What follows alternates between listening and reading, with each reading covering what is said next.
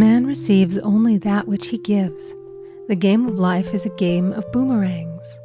Man's thoughts, deeds, and words return to him sooner or later with astounding accuracy. This is the law of karma, which is Sanskrit for comeback. Whatsoever a man soweth, that shall he also reap. For example, a friend told me this story of herself, illustrating the law. She said, I make all my karma on my aunt. Whatever I say to her, someone says to me. I am often irritable at home when one day said to my aunt, who was talking to me during dinner, no more talk, I wish to eat in peace. The following day, I was lunching with a woman with whom I wished to make a great impression. I was talking animatedly when she said, no more talk, I wish to eat in peace. My friend is high in consciousness, so her karma returns much more quickly than to one on the mental plane. The more man knows, the more he is responsible for, and a person with a knowledge of spiritual law, which he does not practice, suffers greatly in consequence. The fear of the Lord, law, is the beginning of wisdom. If we read the word Lord, law, it will make many passages in the Bible much clearer. Vengeance is mine, I will repay, saith the Lord, law. It is the law which takes vengeance, not God. God sees man perfect, created in his own image, imagination, and given power and dominion. This is the perfect idea of man, registered in divine mind, awaiting man's recognition. For man can only be what he sees himself to be, and only attain what he sees himself attaining.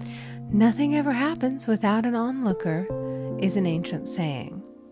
Man first sees his failure or success, his joy or sorrow, before it swings into visibility from the scenes set in his own imagination. We have observed this in the mother picturing disease for her child, or a woman seeing success for her husband. Jesus Christ said, "And ye shall know the truth, and the truth shall make you free." So we see freedom from all unhappy conditions comes through knowledge, a knowledge of spiritual law. Obedience precedes authority, and the law obeys man when he obeys the law. The law of electricity must be obeyed before it becomes man's servant. When handled ignorantly, it becomes man's deadly foe.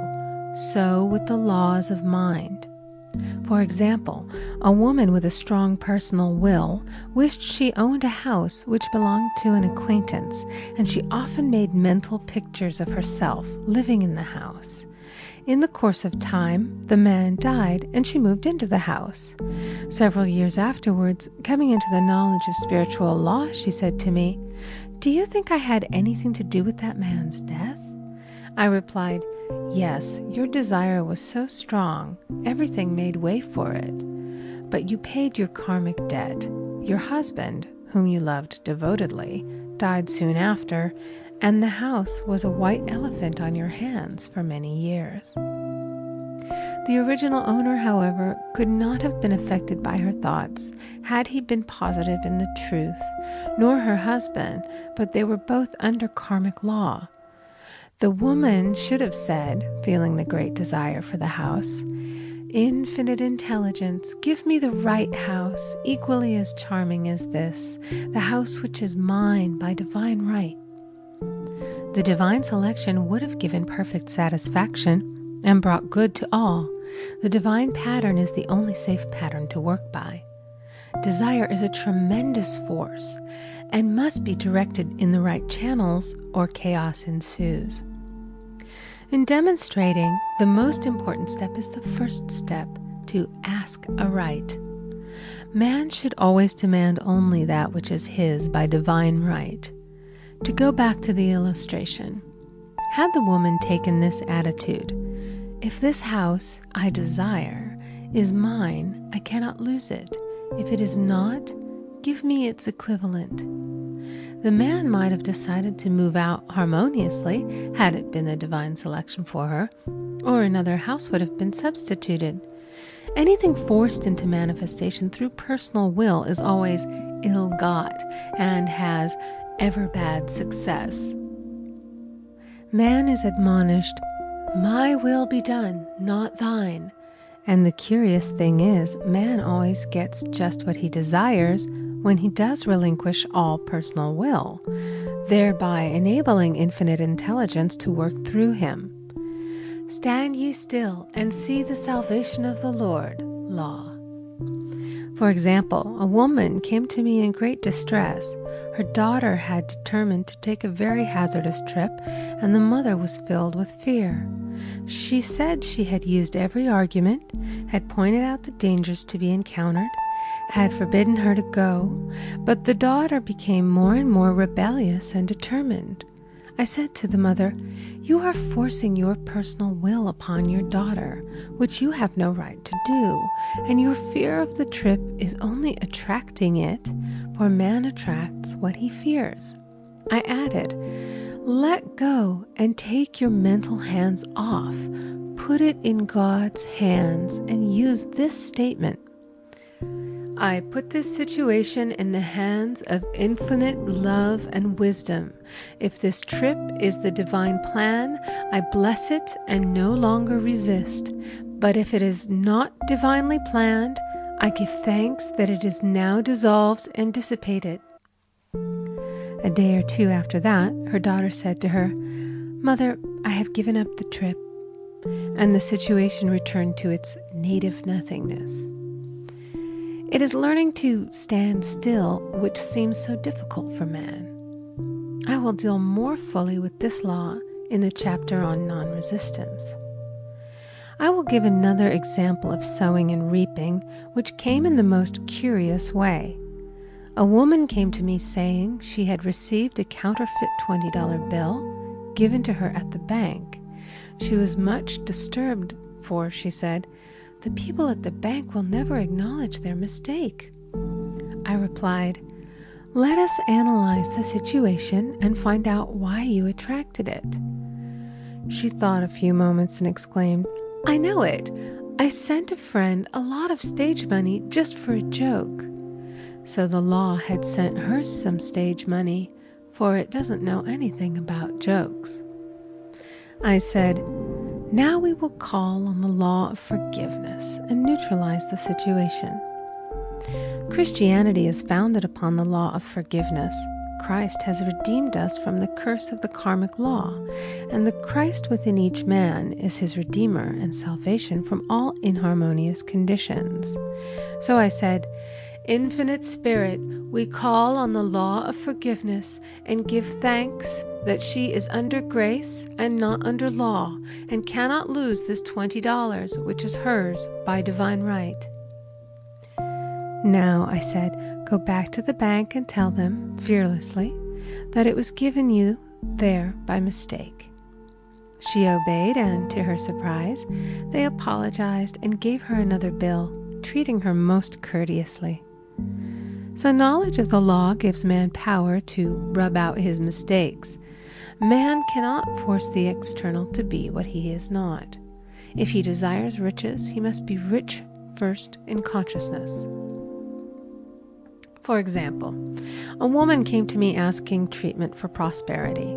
She did not take much interest in her household affairs, and her home was in great disorder. I said to her, "If you wish to be rich, you must be orderly. All men with great wealth are orderly, and order is heaven's first law." I added, "You will never become rich with a burnt match in the pincushion." She had a good sense of humor and commenced immediately putting her house in order. She rearranged furniture, straightened out her bureau drawers, cleaned rugs, and soon made a big financial demonstration, a gift from a relative. The woman herself became made over and keeps herself keyed up financially by being ever watchful of the external and expecting prosperity, knowing God is her supply. Many people are in ignorance of the fact that gifts and things are investments, and that hoarding and saving invariably lead to loss. There is that scattereth, and yet increaseth. There is that withholdeth more than is meet, but it tendeth to poverty. For example, I knew a man who wanted to buy a fur-lined overcoat. He and his wife went to various shops, but there was none he wanted. He said they were all too cheap-looking. At last he was shown one the salesman said was valued at $1,000, but which the manager would sell him for $500, as it was late in the season. His financial possessions amounted to about $700. The reasoning mind would have said, "You can't afford to spend nearly all you have on a coat." But he was very intuitive and never reasoned. He turned to his wife and said, "If I get this coat, I'll make a ton of money." So his wife consented, weakly. About a month later, he received a $10,000 commission. The coat made him feel so rich, it linked him with success and prosperity. Without the coat, he would not have received the commission. It was an investment paying large dividends. If man ignores these leadings to spend or to give, the same amount of money will go in an uninteresting or unhappy way. For example, a woman told me on Thanksgiving Day she informed her family that they could not afford a Thanksgiving dinner. She had the money, but decided to save it. A few days later, someone entered her room and took from the bureau drawer the exact amount the dinner would have cost. The law always stands back of the man who spends fearlessly with wisdom. For example, one of my students was shopping with her little nephew. The child clamored for a toy, which she told him she could not afford to buy.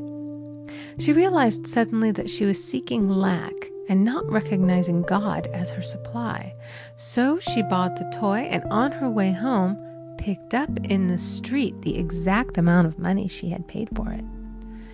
Man's supply is inexhaustible and unfailing when fully trusted, but faith or trust must precede the demonstration. According to your faith, be it unto you. Faith is the substance of things hoped for and the evidence of things not seen. For faith holds the vision steady, and the adverse pictures are dissolved and dissipated, and in due season we shall reap, if we faint not.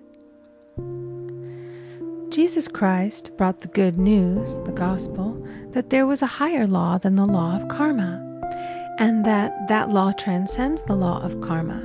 It is the law of grace or forgiveness. It is the law which frees man from the law of cause and effect, the law of consequence. Under grace, not under law. We are told that on this plane, man reaps where he has not sown. The gifts of God are simply poured out upon him. All that the kingdom affords is his. This continued state of bliss awaits the man who has overcome the race or world thought. In the world thought there is tribulation, but as Jesus Christ said, "Be of good cheer, I have overcome the world." The world thought is that of sin, sickness, and death. He saw their absolute unreality and said, "Sickness and sorrow shall pass away, and death itself, the last enemy, be overcome." We now know, from a scientific standpoint, that death could be overcome by stamping the subconscious mind with the conviction of eternal youth and eternal life. The subconscious, being simply power without direction, carries out orders without questioning. Working under the direction of the superconscious, the Christ or God within man, the resurrection of the body would be accomplished. Man would no longer throw off his body in death. It would be transformed into the body electric, sung by Walt Whitman, for Christianity is founded upon the forgiveness of sins and an empty tomb.